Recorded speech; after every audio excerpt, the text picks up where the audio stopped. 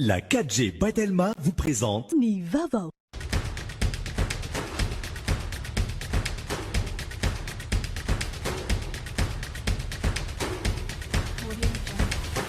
Nulchanao ni fampalalam-baovao.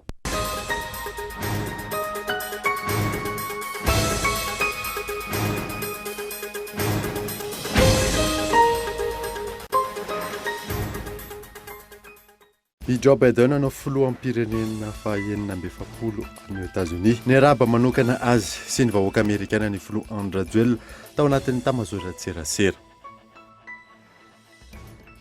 Toeranisan'ny mahasarika mpizahatany ao Anosy ny Arbre Sacré azo iray izay misandrahaka be ary efa 56 taona mahery ankehitriny.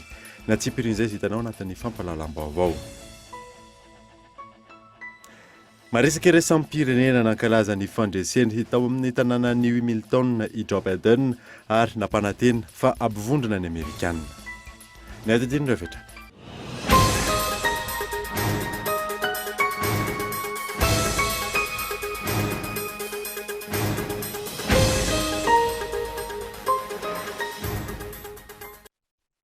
Finaritra tompoko lasy tompoko vavy taona vaovao eto amin'ny Kultivika manazanao ary hanaraka izany hatramin'ny farany.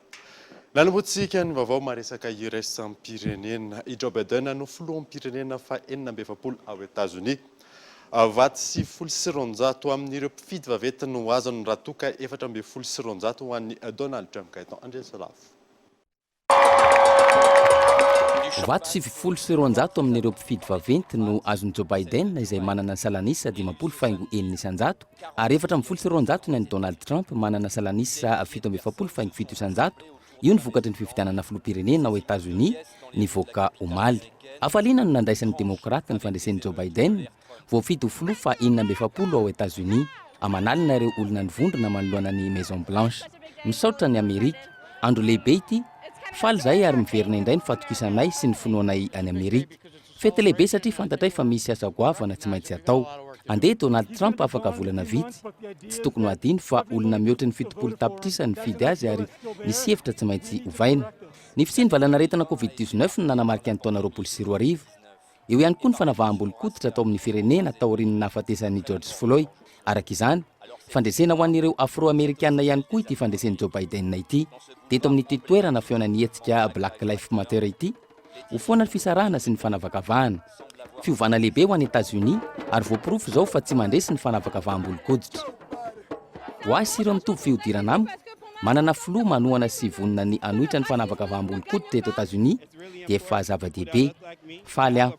That's truly supportive and can speak out against any anti-racist efforts in America. It's an amazing feeling. Manoloana ny fandresen'ny filoha Amerikanina Joe Biden niaraba manokana azy sy ny filoha lefitra Kamala Harris ny filoham-pirenena malagasy Andra Joel. Andro ray manatantara ho an'ny Amerikanina izany. Miaraba manokana ny vahoaka Amerikanina sy ireo androm-panjakana rehetra ao an-toerana ihany koa ny filoha ary manantena fa hiatsara sy hamafiatra ny fiara-miasa eo amin'ny firenena rotota. Naniotantsika ny vaovao kosa indray isan'ny fanamby izay napetraky ny filoham-pirenena malagasy tsy ela akory izay ny narenana ny eto Tanindrazana ny karandoan'ny mpanjaka iray izay avany Menabe Henri Florio. Maro ireo vakoka sy ny karandoan'ny mpanjaka teto Madagasikara izay naondrana tany ivelany nandritra ny fanjanahantany no tsy mbola tafaverina eto amintsika hatramin'izao. Isan'izany ny kabesona ny karandoan'ny mpanjaka toera ilay mpanjaka malaza ny Sakalavany Menabe, nentin'ireo mpanjanaka tany Frantsa rehefa avy nanao fampandrihan-tany tany Menabe izy ireo ny taona 1770 Izy io izay naranty ao amin'ny tranom-bakoka na ny Musée de l'Homme ao Trocadéro any Paris ihany koa io kabesy io hatramin'izao. Ny mpanjaka toera izay mpanjaka ny Sakalavany Menabe dia marina fa maty no vonoan'ny Frantsay no tapahin-doha tao Ambeky ny aliny 30 Aogositra taona 1770 ary maty no vonoan'ny Frantsay naraka tamin'io ihany koa ny vahoaka ny Sakalava miisa 5,000 isa. Raim-pianakaviana hatramin'ny zaza amam-behivavy izay nivonona tamin'ny feno abibiana tanteraka. No tapahana ny lohan'io mpanjaka io ary nentina tany andafy ny karandoany. Io famonoana tao Ambiky io no von'olona tsy nanaja ny zon'olombelona indrindra tamin'ny tantarany zanatany frantsay rehetra hatramin'izao. Mitaky ny famerenana io kabesy io ny taraniny ankehitriny fa tsy misy mihaino ary tsy misy miraharaha izany. Nandritra ny fanolorana ny rovan'ny Manjakamiadana sy ny lapany Besakana ny zoma lasa teo, nanamafy ny filohan'ny Repoblika ny Madagasikara Rajoelina Andry fa ho averina eto amintsika io kabesy ny ampanjaka toera io, izay mpanjaka ny Sakalava ny Menabe, izay maty no tapahin-doha tamin'ny taona 1770. Ny famerenana ny kabesy ny mpanjaka toera. Ny mpanjaka toera dia mpanjaka ny Sakalava ny Menabe, izay notapahan-doha tamin'ny taona 1770 ary mbola any amin'ny Muséum d'Histoire de Paris izany kabesy na karandoha izany ankehitriny. Ary tsy afaka mamerina ny asiny ny tantarany ireo taranaky ny mpanjaka ny Sakalava ny Menabe raha tsy tavaverina atandrazana izany. Ho ataontsika arapetantsika ny fanampy. Toy izany koa ny any Printsy Ratsimamanga izay notapahan-doha ihany koa ary izahantsika averina tanindrazana avokoa ireny vakoka ireny. Isan'ny fanamby ny famerenana indray ny vakoka nentim-paharazana mba hametrahana indray ny tantara nisy tany aloha ho fantatry ny taranaka amam-para. Anisan'ireo toerana masarika mpizahatany sy manatantara ao faritry vakina karatra ao amin'ny komuna Manandona ny rovan'ny Ambohiponana sy ny rian-drano Ambodarena. Ny antsipiriza izay entin'ny Kolo TV Antsirabe. Anisan'ireo toerana manatantara sy vakoka ao amin'ny faritry vakina karatra ny fananana ny rovan'ny Ambohiponana. 20 kilometatra miala ito Antsirabe renivohitra misy an'ity toerana ity ato anatin'ny komuna Manandona, distrikana Antsirabe faharoa. Araka ny tantara sy ny lovatsofina tamin'ny vanim-potoana ny fahampanjaka dia nisy andriana antsoina hoe Ponana no mipetraka teto voalohany. Izay no nahatonga ny anarana hoe Ambohiponana. Taty aoriana dia tafiditra teto ny Sakalava ka namono olona maro sy nandripaka amin'ny vokatra ireo tantsaha. Rehefa naheno izany ny mpanjaka Radama voalohany dia nandefa ny Andriamasina Valina nampandritany taty toerana. Nisy Sakalava izay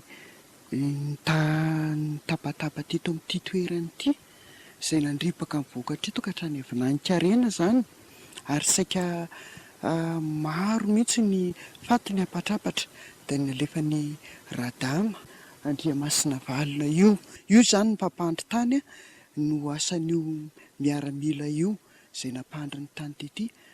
Rehefa tonga tety ireo Andriamasina Valina ireo izany dia nangina ny adin'ny Sakalava. Nandeha teny ny vanim-potoana dia nandalo teto amin'ity toerana ity ihany koa ny General Galeny niaraka tamin'ireo miaramila sy andian-tafika ary nampitondray ny anarana ity lalana ity izay antsoina hoe Route de Galeny. Dia ny tsara ho fantatritsika ihany koa izany dia hoe nandalo teto koa ny Galeny. Nandalo teto ary azo lazaina hoe Route Galeny izany ity toerana ambany ity. Misy trano ngeza be teto izay nanaovan'ny izay anisan'ny naorin'ny andriana teto rehefa tonga taty amin'ny toerana ity izy. Dia efa natoro tao izany nitatafika taty General Galeny tamin'ny fotoan'andro.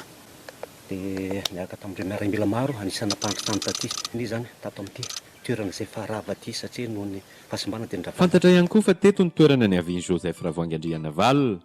Izy dia taranaka andriana avy amin'ny Andriamasina Valina.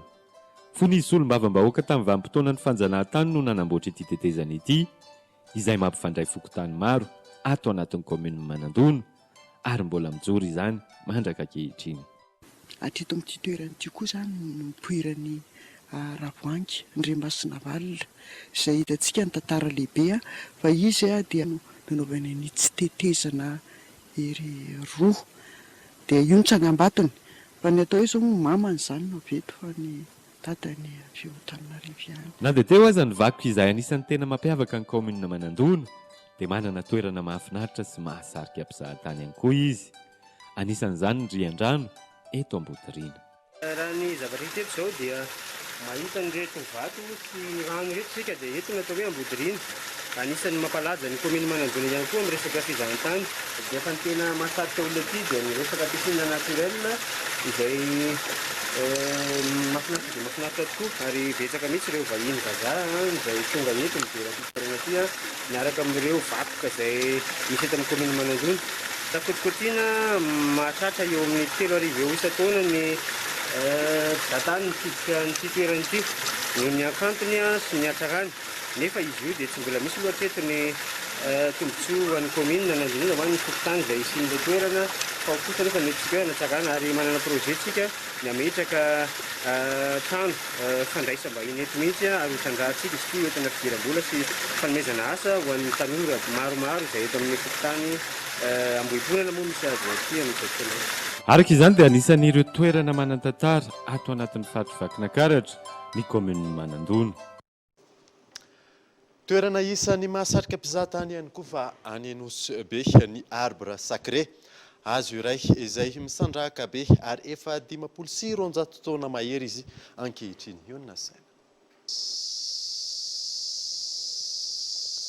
Eto amin'ny arbre sacré eto Anosy-be toerana manan-tantara ara-kolontsaina izy no Génie Jacques mpitantana ity sita iray ity izay mahasarika mpizahatany maro ihany koa eto ankoatran'ny torapasika sy ny maro hafa izay ahafantarana Anosy-be isan'ny kolontsaina ihany koa isa mahasarika mpizahatany eto amin'ity toerana ity.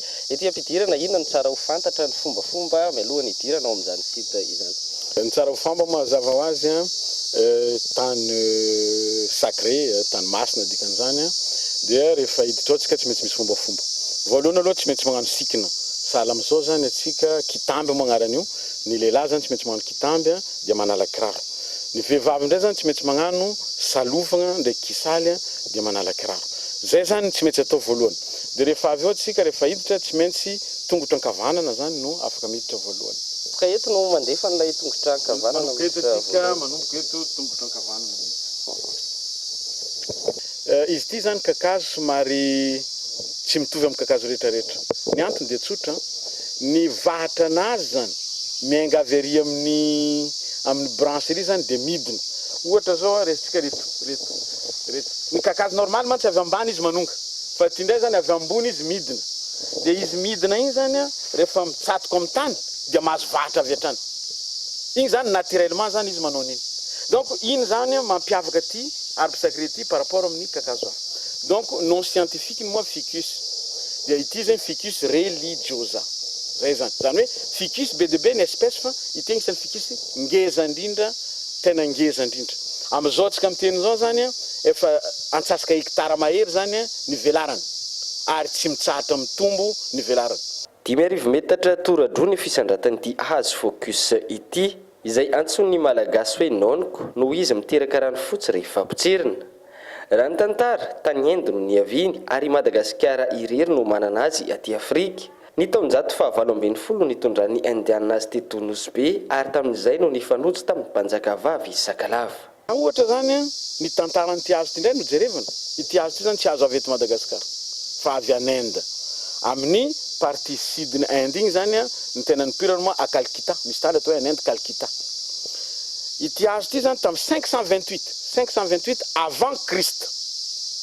Ny olo nanangana le fivavahana boudista tany Inde io fa tsy teto Anosy-be tagnatin'ity hazo ity izy tany Inde no nahazo fahamasinana.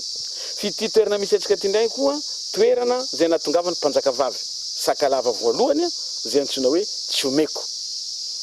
Avy tary Antanibe ndrefa izy dia ny sintaka izy nandeha taty mba azo sécurité bebe kokoa dia teto natongavana. Fa rehefa tonga teto izy dia niteny hoe ity toerana ity dia atao toerana masina mandrakizay.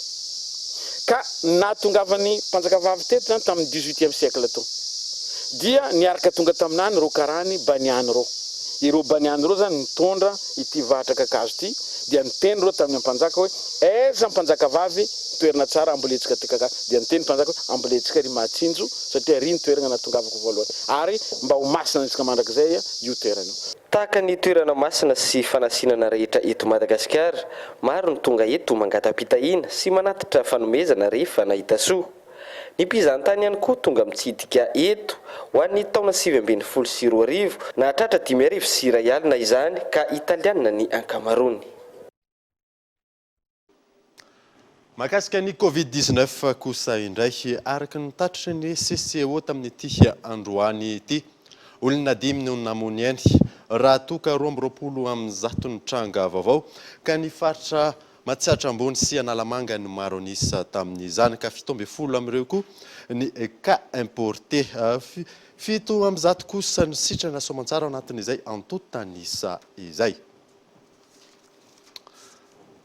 Tonga eto fotoanany dokavarotra isika aorianan'izay atatsika mahakasika ny fampifanan'ireo tanora any Bealanana. Eo ihany koa ny asa tanana any Toamasina rehefa avy eo.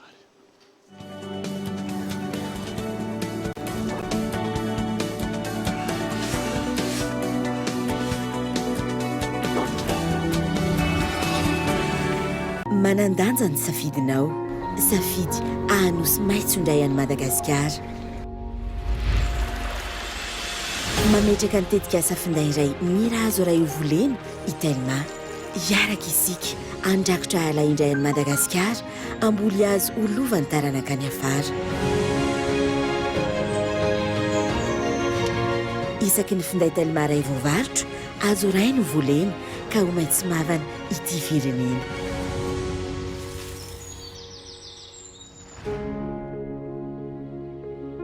Safidiko maitso malagasy.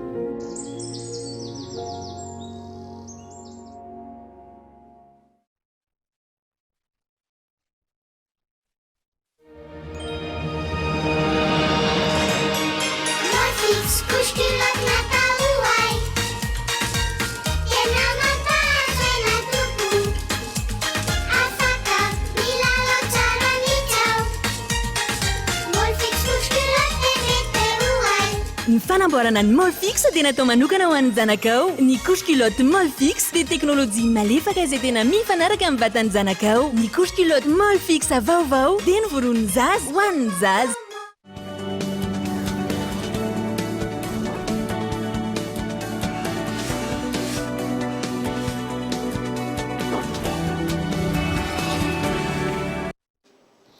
Veneto amin'ny fampalalam-baovao isika.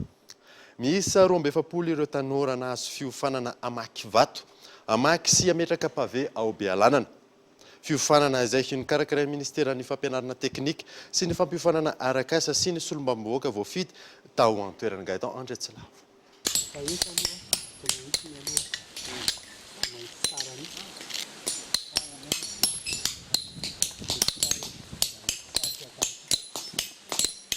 Tanora miisa 270 no nomena fiofanana Amakivato, amaky sy ametraka pavé tao Bealanana nandritra ny ro herinandro. Tegna tsara zany tagnaty fifanana naizandraha zany voalohany nay Amakivato voalohany mba raha tsy nay Amakivato fa nay Amakivato caméra tsara fogna tsara.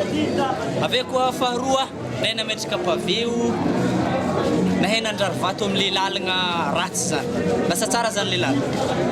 Ny olagna aloha hatreto malaza atao hoe tsisy mandrapahoisy fa hatrizao aloha milamigny aminay mpiasanay mandeha tsara. Ny ministera ny fampianarana teknika sy ny fampiofanana arak'asa niara-niasa akaiky tamin'ny solombavambahoaka voafidy tao Bealanana no nikarakara ny fampiofanana ireto tanora tsy anasa ireto. Miala vety zany izy ireo dia afaka mivelogno amin'izany vakivato sy fanapitraham-bato ho an'ny lalagna zany. Andraindrain'ny distriktan'ny Bealanana izy ireo satria distriktan'ny Bealanana zany agnisan'ny ratsy lalagna. Zay ny safidianana azy ka vognogno zany ny mpandraharaha eto an-toerana hagnamia vato ahafahana manatanteraka ny lalagna zay hita fa ratsy eto an-tampon-tanànan'ny Bealanana. Navitika ary nandray anjara mavitika tamin'ny fiofanana nomena ireo tanora ireo hoe ny solombavambahoaka ny Bealanana. Afaka mandray asa avy hatrany izy ireo ary manana ny fahaiza-manao takina amin'izany. Eto zay dia samy laza fa manana tanora, manana fahaiza-manao, Amakivato, manamboatra pavé ary mametraka pavé, manamboatra lalagna ato agnaty tanàna district Antsoavo atao raha misy ireo mpanambola, entrepreneur mitady tanora hagnano pavé eto Bealanana dia misy tanora azo raisina amin'izany eo amin'ny 700 mahery. Mbola isy ihany koa ny fampiofanana amin'ny sehatry ny fambolena sy ny fiompiana omena ireo tanora ao an-toerana. Ny ao Bealanana izay isan'ny faritra mpamokatra maro ary mamatsy sakafo ireo faritra manodidina. Azo atao tsara ny manome lanja ny rofia sy ny taretra gasy amin'ny alalan'ny fanamboarana tapia any Toamasina any. Fianakaviana maro no mivelona amin'izany any an-toerana Antsipirinizay. Hanamboarana gony, harona stady ary fitafy nentim-paharazana no nahazatra ny malagasy rehefa miresaka ny taretra gasy sy ny rofia. Eto dia fandrariana sy famolavolana sara ho lasa tapia na lafika haingon-trano no entina aminao. Asa tanana izay noforonina orinasa malagasy Gasrog. Malagasy avokoa no mampiodina ity orinasa ity fa saingy fiofanana noratovina avy any ivelany no namoazana ny aingam-panany ireto malagasy mpandrary rofia sy taretra gasy ireto. Fotokopia no atao eto fa saingy arafitra amin'ny alalan'ny tanana manontolo miaraka amin'ireo akora vita amin'ny zavamaniry misy eto Madagasikara avokoa izany. Ilana fitiavana sy finiavana ny asa voa matafavoaka lafika haingon-trano iray mafatifaty toy itony raha ny fitantaran'ireo mpandrary. Raha zany dia voalohany indrindra aloha dia tegna mila fitiavana be sady mila finiavana be sy tegna raha hagnano tapia maventy be karan'ity satria maro be digna atao aminanjy. Voalohany zao arakaraka le sary misy ake zany ny agnamboarana ananjy. Voalohany anao tsy maintsy maka le matière première zany anao arenitra aloha matière première igny dia lokogna arakaraka le dessin ke zany dokogna le matière première dia avake izy atapy amina maloka. Dia tapinao izy dia maigna amin'izay zany le tady dia rambesinao dia magnamboatra an'le sary amin'izay anao. Rambesinao voalohany alohany magnano boribory reto, atao boribory jiabijiaby reo dia fantsina. Vao fantsika izy dia ambarinao amin'izay tokotany reto, zerigna amin'ny tokotany ity tsiraikiraika atao mitovy amin'ny dessin. Tsy maintsy atao mitovy amin'ny dessin zany tapia amboarin'ny tegna, tsy azo atao bilibilika, tsy azo atao karaha hoe misy fiavany amin'ny dessin mihitsy zany, atao photocopie zany, zay fagnazavana ananjy. Atao mitovy anjagny mihitsy le sary. Zay le mahatonga anao amin'ity dia mila fitiavana, mila finiavana vao vita tapia be karan'ity. Vazaha, gasy, samy manjifa ananjy aby zay manam-piniavana aminanjy. Fa izy foana zany amin'izao zany miaigna be mihitsy le olona mikomandy na mividy satria tratrany tena raha malala manko tratran'ny confinement ity dia miaigna be mihitsy commande na vente. Karahanay zao magnano exposition karahan'izao presque efa andro raika zany misy malafo 10 zao tsisy vao raika lafo. Mandany fotoana kokoa ny fandrariana tapia iray indrindra raha somary lehibe sy sarasara kokoa ny firafiny sy ny sary amboarina aminy raha ny fanazavana trano. Positionné zao voalohany zany nagnano tamin'ny Sovita tamin'ny 2016 dia matetika amin'ny 500 et 4 tegna matetika. Dia misy zay mandeha Tana, mandeha amin'ny Sakamanga dia amin'ny Forelo zay tegna matetika. Fata 4 6 zay zao ohatra hoe tapis de mètre izy zany zay ohatra olo telo mavita 10 karan'izay isam-bolana. Arakaraka ny vitesany zany na kelikely izy dia maromaro arakaraka commande. Tegna zakany malagasy misy satria izy ity moko rao vokatra tsara, misy lafolafon-jagna araka regny tapis raha zady hafa reky izy efa vita gasy sady tsara no mateza, tegna zakantsika gasy izy ka. Toy ny sehatra asa rehetra nandalo fisaotsarotra noho ny valanaretana Covid-19 toy ny asa tanana. Ny ena ny fangatahany mpanjifa manoloana izany. Nararaotany Gasrug nanaovana famonorana maro anefa iny vanam-potoana ny fihiboana iny izay efa manomboka miverina tsikelikely amin'izao fotoana izao ny varotra maro samihafa any an-drenivohitry Toamasina any. Tontolon'ny finoana kosa indray ho fankalazana ny tsingeritaona naterahan'ny mpaminany Mohamad nizara fifaliana tamin'ireo mpinosolamy sy kristianina namana ny centre Rasoul Akram tamin'ity androany ity. Ny mpinosolamy eto Madagasikara izay mandidina ny roa tapitrisana 100 mponina amin'izao fotoana izao gaeta Andretsilavo. Ny famotona teny amin'ny complexe Al-Murtaza ampasapito ireo mpinosolamo ary nankalaza ny tsingeritaona naterahan'ny mpaminany Mohamad androany. Ny mpaminany Mohamad izay nanana ny toetra nampiavaka azy. Surtout le pardon, la tolérance et le respect d'autrui. Dia proof an'izany dia hoe izy tamin'ny Médine tamin'ny Arabie Saoudite nisy juif tamin'ny andronazy, nisy chrétien tamin'ny andronazy ary nisy tsy mpino andronazy les infidèles. Dia milaza izy hoe finonanao ho anao, fininako dia ho anahy. Fa tsy maintsy samy manaja antsika ary tsy maintsy samby on se pardonne. Iny zany tena afatra masina ho an'ny rehetra surtout amin'ny androntsika zao. Fizarana fifaliana tamin'ireo mpino silamo sy ireo rehetra nasaina no nameno ny tontolo andro. Nisy ihany koa fanamasinam-panambadiana faobe nahitana tanora misy 20 tsy ekena hoy ny eo anivon'ny silamo ny famonoana olona amin'ny anaran'ny mpaminany. Zahay koa tsy manaiky hoe famonona ny olona amin'ny anaran'ny mpaminany, fanaovana ratsy, hoe famokana bomba, tsy fampianarana masina zay. Satria fampianarana masina na Jesosy Kristy io, na Mosesy io, na hoe mpaminany Mohamad izy io, dia jiaby magnome hafatra ray hoe firalahina, on se pardonne, on se guide, on se donne les mains, ary surtout les fitiavana.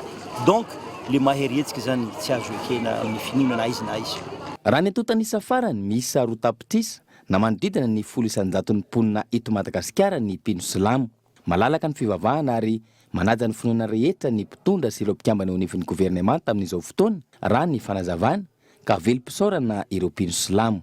Manaja ny finoana jiaby zareo ary Madagascar ohatrany hoe c'est un bateau du prophète Noé. Anatiny eo diable tsika ary plus ou moins il y a une harmonie de fraternité entre toutes les religions, entre toutes les races, ary izy io zany makasitraka zay am'le fanekeny ny fanjakana ny zavatra zao. De makasitraka ny président André Rajoelina sy ho an'ny gouvernement nazy. Dia zay mamarina ny vaovao tamin'ity androany ity ankasiany nanaraka izany soava tsara atao tompoko.